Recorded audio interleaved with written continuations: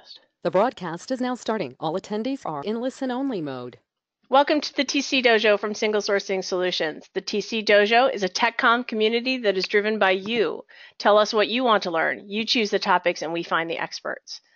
In the dojo session today, we are very lucky to have Eliot Kimber as our visiting dojo master.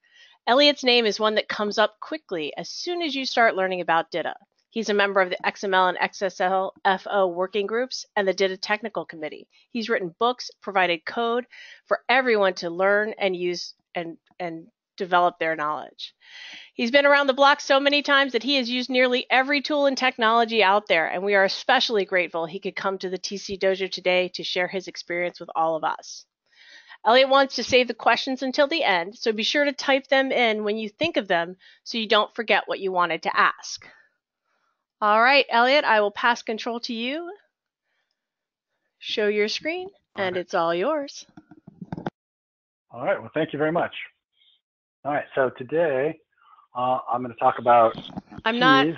I'm getting a black screen. Is there a window that popped up?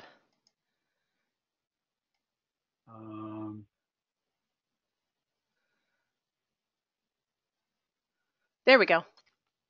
Perfect. Okay. For some reason it didn't take. All right. So I'm going to talk about keys, and because this is the TC Dojo, I'm going to bring my limited martial arts knowledge into it and make some really terrible puns as relates to, in particular, Japanese martial arts. All right. So this is key, the way of harmony with keys and key references. Come on. There we go. All right. So as Liz said, I've been doing this for a very long time, maybe too long. So first, I'm going to talk about why keys are essential. And then I'm going to talk about how keys and key references work. I'm not going to go into a great deal of detail, but just get the very basic concepts there. Talk about what I consider the essential techniques for successful use of keys are, and then I will ask you to go and try. All right, so the way of harmony. So the martial art that I study is Aikido, which is a Japanese martial art, and Aikido is distinguished in being a purely defensive martial art. Morihei Ueshiba, whose picture you see there, the founder of Aikido, came to understand that war and violence, those are bad. And he didn't like that, and he wanted to develop a martial art that was focused on peace. And so we often refer to Aikido as the art of peace. And he says, in the art of peace, we never attack. He says, an attack is proof that one is out of control. Never run away from any kind of challenge, but do not try to suppress or control an opponent unnaturally. Let attackers come any way they like and blend with them. Never chase after opponents. Redirect each attack and get firmly behind it. That's from his book, Art of Peace. This was translated by, oh no, I can't remember the name of the person who did the translation. Anyway, you can look it up. So one of the things that I found interesting is the many parallels between Aikido as a martial art and DITA as a technology, because I find that there's many actual similarities, and many of the things that I've learned in Aikido can be applied to DITA as well. So it's all about connection. Right, so in Aikido and in similar arts, we connect with our attacker, and through that connection, we link our center or ki in Japanese to the attacker's ki, to their center. And we take their balance and we help them return to harmony. And here you can see this woman is helping her uke return to harmony there on the mat. And so in DITA, we connect maps and topics to each other in order to create harmonious collections of content, right? Our goal as authors is to create content that's going to be helpful and useful in some way, right? And we do that through the linking mechanisms that DITA provides. And both of these require care, skill, and calmness to be successful. I'm sure many of the people, if not everybody, listening in has had some experience with DITA where they lost their calmness and things spun out of control. So really anywhere in life, if you can be calm, you can find success. But it's certainly the case that DITA requires care and it requires skill, right? There's many challenging aspects to DITA as a technology, as a practice, as a way of working with our content, just in the same way that martial arts require care and skill and practice. All right, so DITA is all about linking. So DITA is about enabling reuse. If you look at DITA as a standard, as an XML technology for working with documents, the thing that distinguishes it from all of the other options that you might have is primarily reuse. That reuse was the driving requirement that drove DITA and its design, and it's one of the main reasons that people choose to use DITA is to do reuse. And in DITA, reuse is use by reference as opposed to use by copy, right? So use by reference is done through links. A thing that I want to use exists in exactly one place, and I reuse it by pointing to it, as opposed to cutting and pasting, right? Cutting and pasting, bad. Use by reference, good. So we have topic refs that go from maps and point to topics or other maps. We have content references that point from one element to another element to use that element. Reuse brings value, but it also brings significant cost. And this is certainly one of the things I've observed over the years, is that when people first come to DITA, they go, oh, reuse, yeah, that's good. We can do a lot of stuff. That will solve a number of problems. We can reduce costs and so forth. And that's all true, but people tend to underappreciate the challenges that reuse brings, right? So if we bring this into our martial context, we can say that reuse is the enemy because it adds significant complexity. And if a topic is used in two places, there's some important questions that you start to realize you have to work about. So how do you link to a specific use of a topic if it's used twice? Where do the links from that topic go in all the places that it's used? Right? How do you know who links to the topic? Right? I have a topic. How do I know where that topic is used? Right? What maps point to it? What content references might I have to it? That sort of thing. And when a new version of the topic is created, how do the users of that topic react? Right? I've written a topic. I know other people use it. I update that topic, you know, to reflect an update to my product, for example, or just to make the content better. All the people who use it, once they learn that there is this new version of the topic, how do they react? That's an important question and not an easy one to necessarily answer. Right? How do we neutralize these attacks? So in Aikido, we talk about neutralizing an attack. An attacker comes in. Our goal is not to stop that attack with force. Our goal is to blend with the attack, redirect it, capture that energy, and help our attacker return to harmony in a way that causes the least damage to our attacker. Right? So we want to connect and redirect. And there's two ways to connect in DITA. Right? We can use direct URI references. So here I have a cross-reference that uses the href attribute, and it's pointing directly to a topic. Right? And that's a direct reference. Or I can have an indirect reference, a key reference. So here I have a cross-reference, and it says key ref equals introduction. So introduction is a key, and from this xref alone, I don't actually know where I'm going to get, right? I'm just saying, as the author of this topic, I need to get to a topic that's probably about the introduction, although the key name could be anything. But there needs to be something at the end of this reference. I hope it is there eventually. Right? So direct references are hard and painful. And if there are any people in the audience who are practitioners of, say, karate or taekwondo, I'm going to apologize up front because I tend to, you know, sort of rag on those particular arts, which of course are all important martial arts and have their own strengths and values, but I'm going to use them as the bad guy here. So direct references are hard and painful. So they create a hard dependency from the source of the target. And by hard dependency, what I mean is that target is always going to be the same in whatever context I use the topic that has the link, right? And that's a problem. If the target changes, right, I have to change the source. So for example, if I move my target topic from one place to another, or I change its file name, I've got to go find all the places that I had that direct URI reference to that topic and change those topics, right? Update them and create new versions of them, and that's bad. And so that hurts, right? That hurts. And so main message here is don't do that.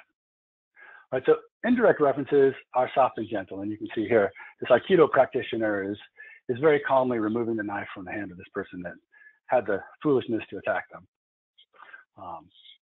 And he's doing it in a way that's, you know, not hurting that person too badly.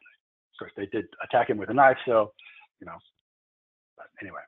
So indirect addresses allow the ultimate target to be different in different use contexts, right? So each map, or in DITA 1.3, we have this notion of key scopes, which I'm not going to talk too much about, can define a different target for a given key. And that means that changes to the target do not require changes to the source, right? They only require changes to the key binding. And the reason that this is important is because let's say that I have a target that's used from 100 different topics, right? So 100 different topics linked to the same target topic. If all of those links are direct URI references, if that target topic changes, changes the file name or its location, or for some other reason it's no longer appropriate to link to that topic, I've got to go find 100 references to it and update all those 100 references, right? However, if I'm going through a single key definition, a single key binding, I only have to change the key binding. None of those 100 topics are affected at all. And that's very important.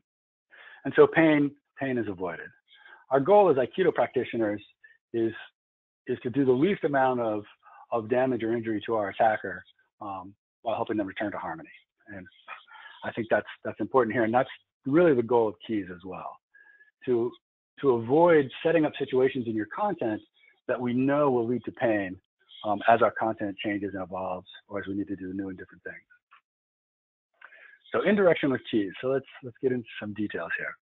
So a key reference points to a key name. So here I've got a cross-reference that says key ref equals introduction. So introduction is the key name. The key name is bound to a target in a map.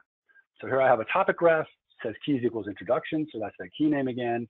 And then it's saying href equals topics abc.dita. So that's saying in the context of this map, map 1, the key name introduction is bound to the topic, topics abc.dita, right? And in a different map, I could have a different binding for that same key name. So here in map 2, the key name introduction is now mapped to the topic def.dita instead of abc.dita, right? And you should be able to see at this point that this one level of indirection gives us quite a bit of potential power, right? Quite a bit of potential power. So I have a topic, it's got that key reference, key ref equals introduction. In map 1, I include that topic, topic 1, and it also includes topic abc.dita. And in the map itself, we have that binding of the key name introduction to the topic abc.dita.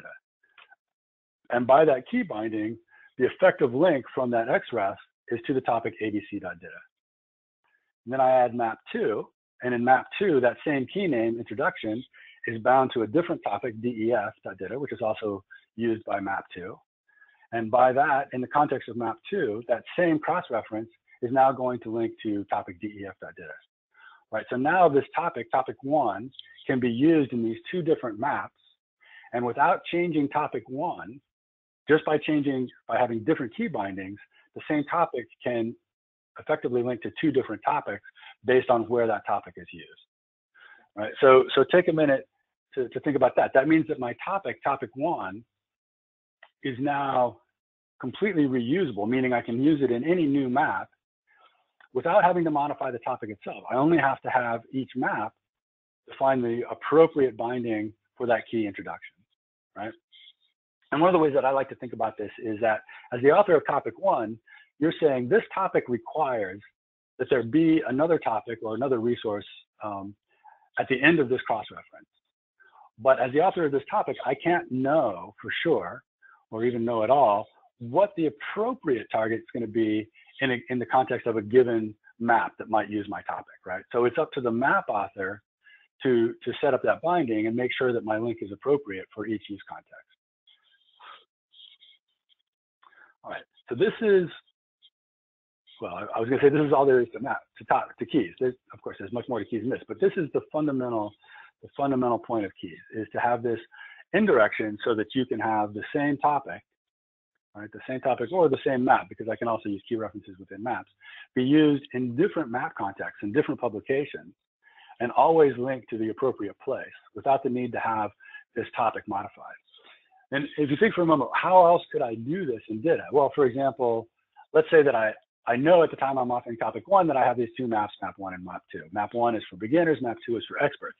I could have two different XREFs that were conditional for audience, say. So I could say XREF audience equals beginner, and it would link to topic ABC, and I could have XREF audience equals expert, and it could link to topic DEF.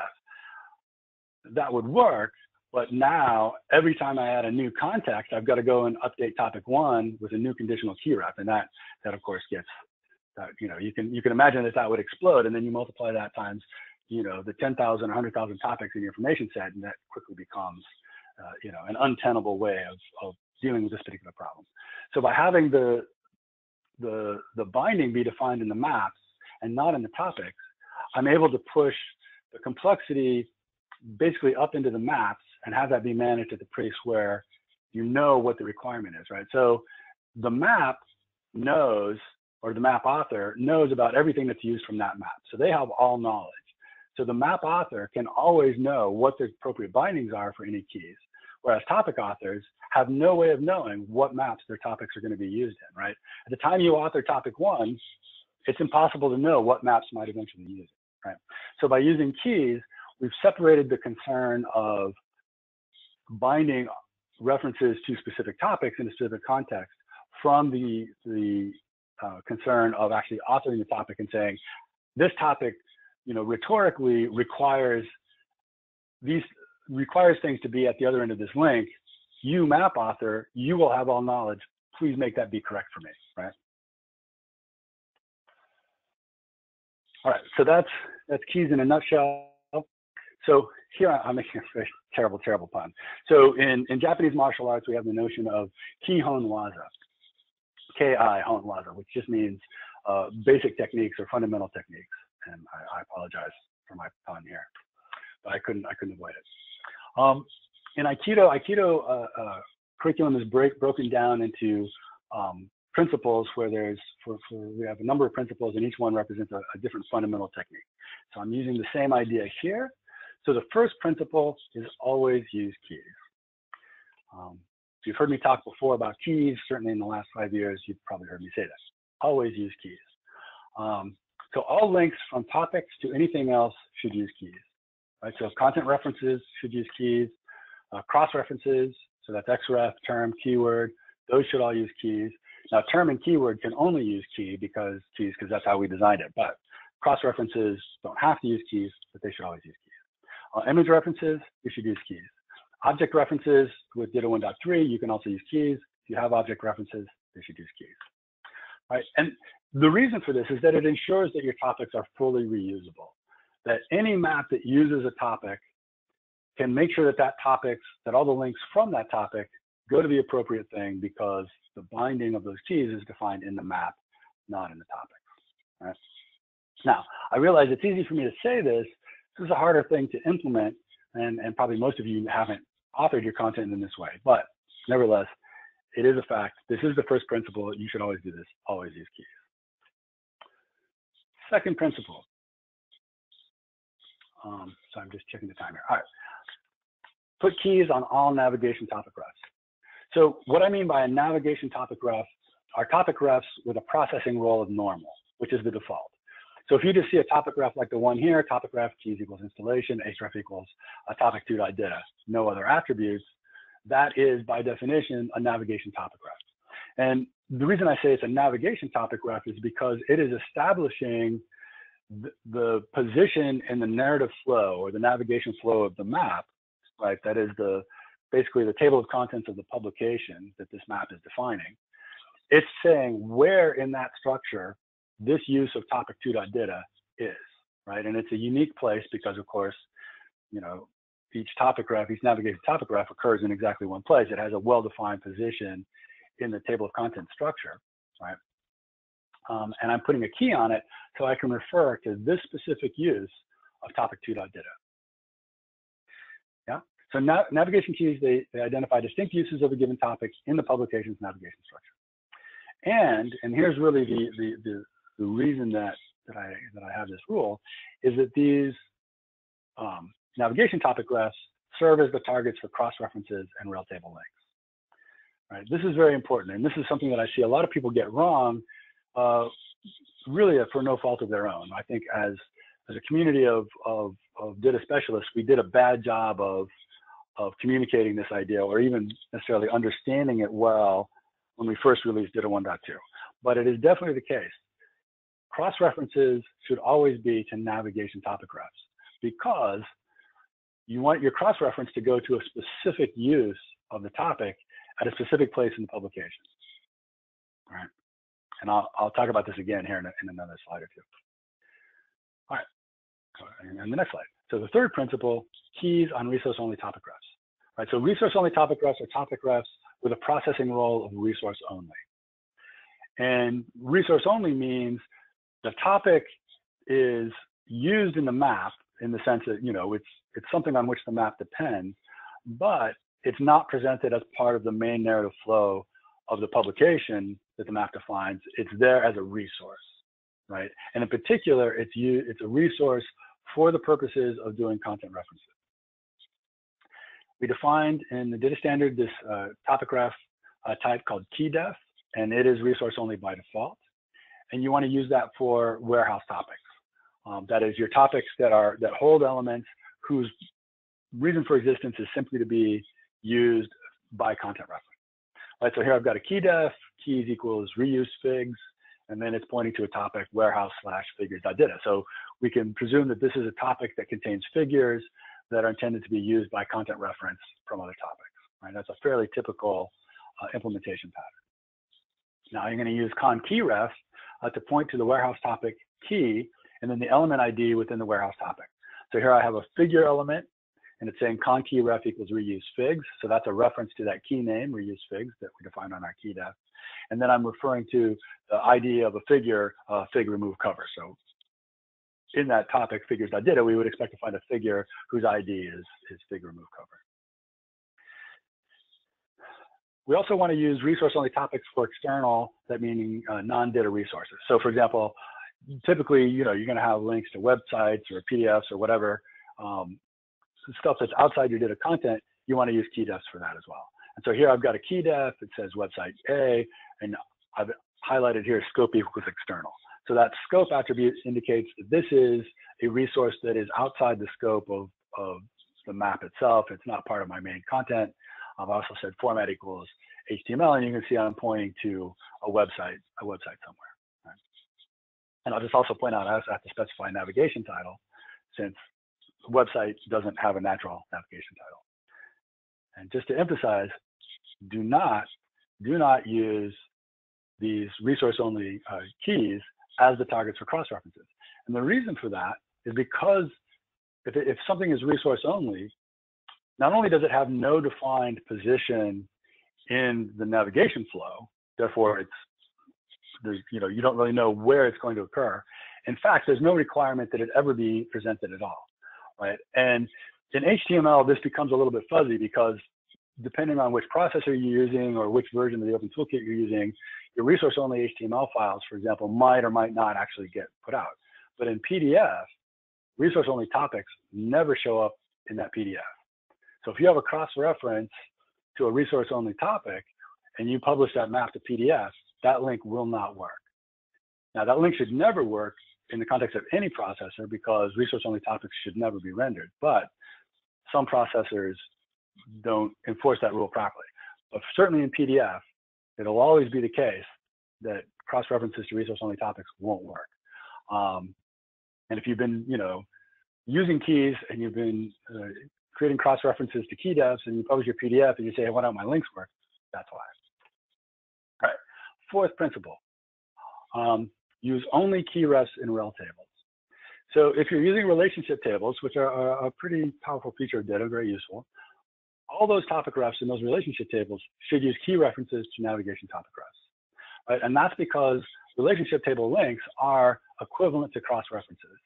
Right? Rel tables exist in part to enable you to have established links among topics without having to modify the topics themselves, so that in the context of a specific map, you can say, I'm using topic A, I'm using topic B, I would like there to be a link between topic A and topic B in the context of this map. That's what relationship tables do. You want to do that with keys, right? And you want to do it with keys for exactly the same reason that you want your cross-references to always be references to keys, right? You want to link to specific uses of topics, and you want to link those specific uses to each other, right? So if the same topic is used twice in a map, and I want to create a relationship table-based link between that topic and some other topic, I need to choose which use or uses of that topic I want those relationship tables links to be between. And the only way I can do that is by having keys on each of those navigation topic refs that can then be the targets of my rel table links. And I realize that I said a lot of stuff that you're having to hold in your head. I don't have a picture because I didn't really have time in this presentation to get into those details. But if you have relationship tables and you're thinking to yourself, oh man, I didn't actually use all my relationship table links use direct hrefs, yeah, you need to go fix those right now. So that is my fundamental principles for using keys. So now we need plenty of perfect practice. One of my Aikido senseis says that it's not about how much you practice, it's about how good your practice is. We want plenty of perfect practice. Practicing something incorrectly doesn't help. You want to practice something correctly. So always use keys for links from topics, right? So if you have a topic and there is any link from that topic to somewhere else, it should be using keys. Put keys on all your navigation topic refs. Put keys on all your resource-only topic refs. Now, at this point, you may be thinking, are there any topic refs that I don't need to put keys on? Because what are there other than navigation topic refs and resource-only topic refs? Well, the topic refs that are in relationship tables don't really need to have keys on them because you would never target those topic refs as targets of key references. But otherwise, yes, pretty much all topic refs in a map need to have keys on them. Use only key refs in relationship tables, principle 4. There you go. All right. Now, this is a very short presentation. I can't get into many of the details, but I just want to highlight what we might think of as black belt techniques. So using conditional processing with keys. So this turns out to be a really powerful feature of DITA. Of course, with power comes challenge and responsibility. So it's easy to get yourself twisted in knots doing this. But by using conditional processing with keys, you get a lot of leverage. You can do some very interesting things. Using key scopes, a new feature in DITA 1.3 is key scopes, very powerful feature. Not a lot of people are using it yet, but it's there, and there's certain problems for which key scopes are the only solution. Cross-deliverable linking, also a new feature in DITA 1.3, very important, not quite implemented in tools yet, so that's kind of a challenge, but that's definitely a black belt technique. And managing sets of shared keys. So I just told you to use keys for everything. That raises the problem of, all right, now I've got all these key definitions. How do I manage those across a set of distributed writers, a set of publications? That's a challenge in and of itself, but it's, it can certainly be managed. You just need to think through carefully.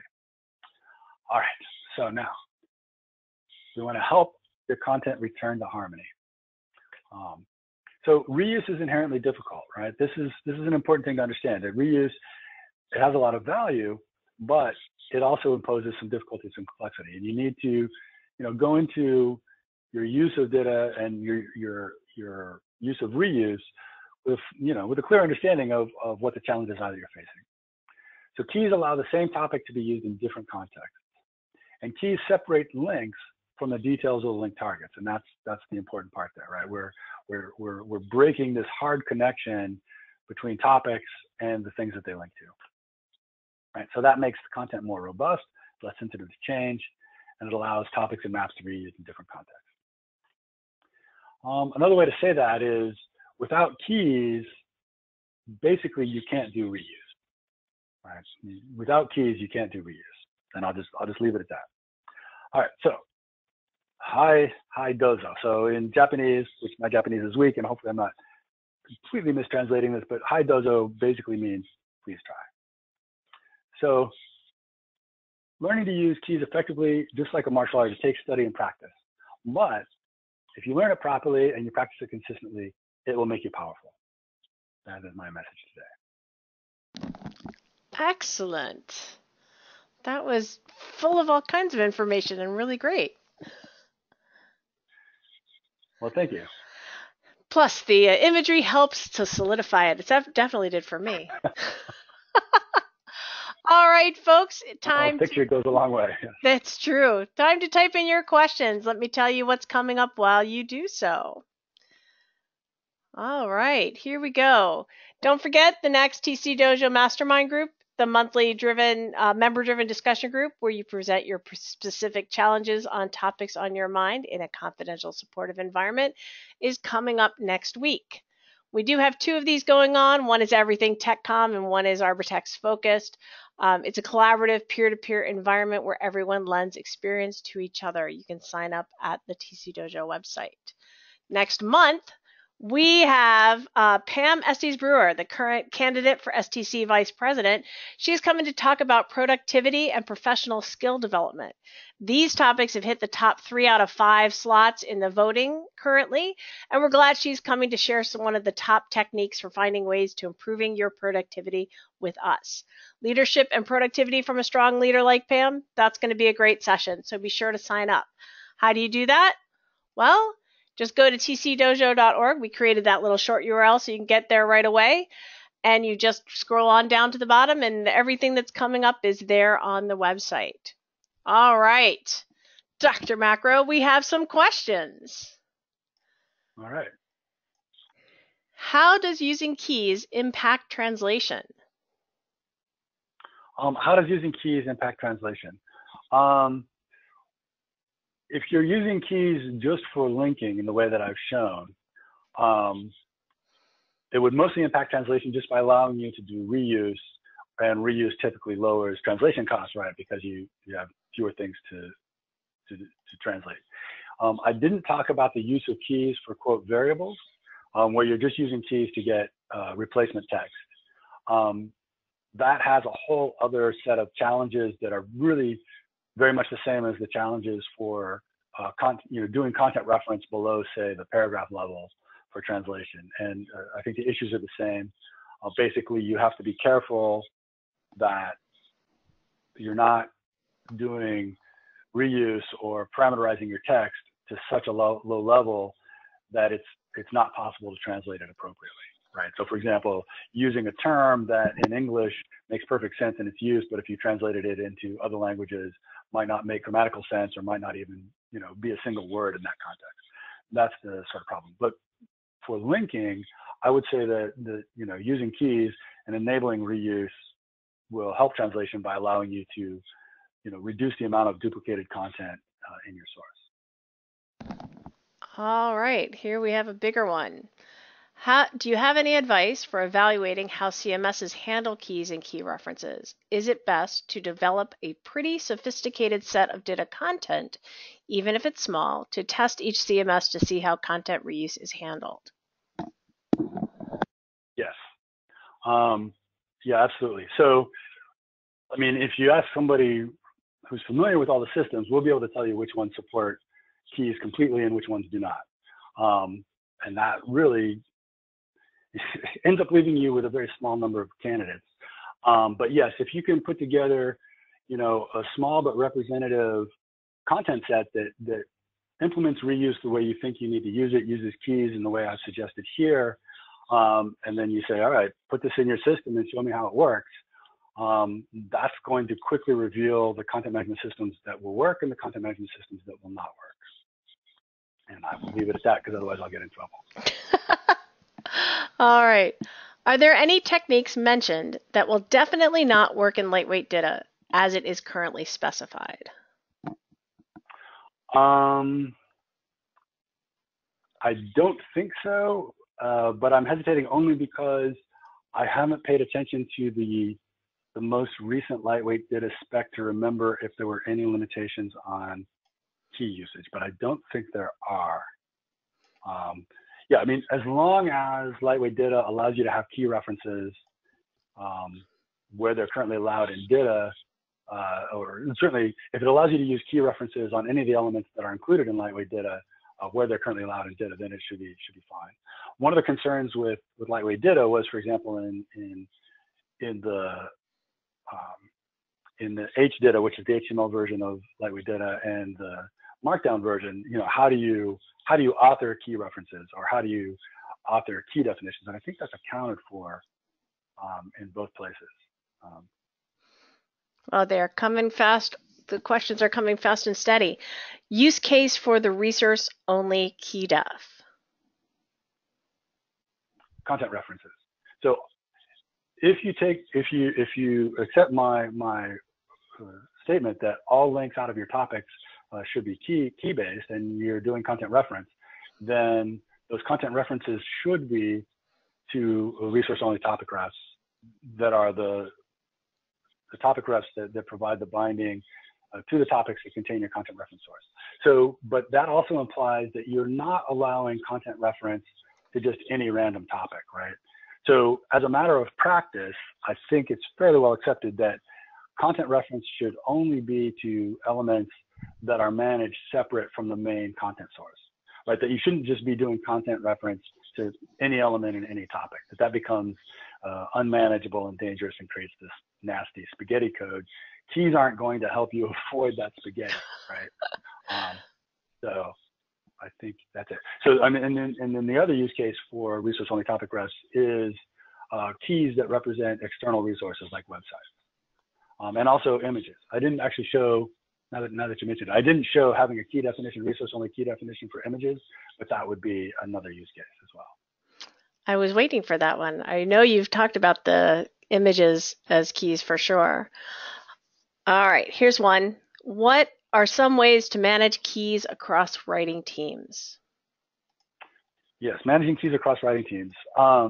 So the first thing is to organize your keys into submaps so that you have sets of related keys are managed together either in single maps or in single sets of maps. The other important thing is to have well-defined naming conventions for your keys. Definitely give that some thought so that you're using key names that are meaningful, that are relatively easy to type, that are structured in a way so that they'll work well, for example, in whatever user interface you're using to select keys. So for example, I like to have my key names be sort of like for images, for example, I might have keys where the key names are all image dash and then some descriptor. And maybe I might have like 2 or 3 fields in those names so that, for example, if I pull them up in an editor, it'll give me a list of keys that sorts alphabetically. They'll all sort together, right? Things like that. And then also something that we've talked about in the past, I didn't talk about it here, but there's definitely a role that emerges in your writing team, which is this sort of DITA configuration manager, or sometimes you think of it as sort of the map master, the person whose job it is to own, for example, these naming conventions, these ways of managing your sets of keys, ways of managing your maps, who both owns that responsibility and also is the repository of knowledge of how to do all this map stuff, right? Because if you look at DITA, there's maps and there's topics. There's a lot of complexity that goes into maps that really doesn't need to be understood by individual authors necessarily. I mean, there's no reason authors can't know how to do maps, but an author's job is primarily writing good content that goes into topics. And so you can see that you can have a separation of responsibility and a separation of knowledge responsibility, have a small group of people who are responsible for the map knowledge, making sure that's done. Your larger writing team is responsible for doing the good writing, and separate things that way. That is a really interesting idea. I think maybe we need to have a session on maps. Because here's another question. How would you set up the rebranding for a map using the same map but with different variables and images? Right. So in fact, you see that if there's a project on the DITA community organization in GitHub called the DITA demo document set, and it's been set up exactly to do that. So that it's a set of content that's it's a generic technical document based on some real content, and it's been set up with keys and variables so that you can quickly rebrand it. So basically, I have a different set of key bindings that bind to like my product names. So there I'm using keys for variables perhaps, or if I'm getting my, my product names and so forth through content reference, again, I can use keys to redirect to a different set of definitions for the same elements that have my product names. And I can also, by using keys for my images, I can quickly swap in a different set of key definitions that'll go to a different set of images that reflect my new brand. That same technique, you start to see how the leverage of having the keys there and just being able to swap in different key definitions or having conditionality can also apply to things like localization, right? So I can quickly adapt my existing content for a new locale or a new product set by doing everything at the map level and not having to change the topics at all, except perhaps adding some new topics that are specific to my new locale or my new product. But all the stuff that doesn't otherwise need to change doesn't change. All the change is concentrated in the maps in the key definition. All right, I'm gonna wrap them up back to, because you're talking about it now. Sample documents would be nice. That's the community link. Yes, so on GitHub, DITA-community is the organization, and within that there's a project which I'm not sure I'll remember the exact name, but it's basically the DITA demo content set. And it's a set of content that's specifically been designed to reflect both realistic content and also ways of organizing your content for reuse and for quick rebranding. I'll get those links from you and post them with the video for everyone afterwards. Let's see here. How about, is there a good resource for understanding keys more in depth? This was good but quick. Yeah, so actually I have a slide which I didn't show that's resources. The DITA Adoption Committee published a paper by Liz White, not Liz White, Lee White, yeah. Sorry, that talks about keys in general. And then also my book, DITA for Practitioners. I have a whole chapter on linking and keys, which I think is pretty good. The one caution there is I haven't updated that to reflect DITA 1.3, so it still only reflects DITA 1.2. I think it's a pretty good detailed introduction to keys. All right, and if you publish the slides, we'll make sure those get published too, so everybody can get the links. All right, do you have some examples to help us understand each of the 4 principles? Can you share a URL, which we'll get after? I don't think I have any ready examples of those, but I could make some quickly enough. So we will share the question log to Eliot, and he may write up blog posts on all of this. So AG, keep a lock on this, and we will follow up. If you don't hear from us, be sure and push us so that we do. Okay, so here's one. Why would we use the same key introduction if it doesn't go to the same topic? Because in this case, and I chose the key name introduction very deliberately. So for my navigation keys, I want them to reflect really the rhetorical purpose or the structural purpose of that position in the presentation, right? So I know in my publication, I'm going to have an introduction topic, but depending on the audience, for example, in this case, the introduction topic is going to be different. From the point of view of the topic that wants to link to the introduction, all I care about is that I'm linking to the introduction, right? As the author of that topic, I say, all right, at this point, my reader needs to go to the introduction. So here's a link to introduction. But at the time I'm authoring that topic, I don't actually know, and I can't know what publications my topic is going to be used in, and therefore what the introduction topics that it might get to will be, because those will be different over time as my topic is used in different contexts, right? So I'm getting to different topics because my publications are different. They're for different audiences, or they're for different publications, whatever the difference might be. But nevertheless, those topics are all playing the rhetorical role, in this case, introduction. Does that answer the question? I will keep an eye out and see if that's true. If you can put in the question window whether that answered it, let me know. All right, we have 2 last questions. Oh, sorry, go ahead. Okay. Well, I just want to follow up a little bit there.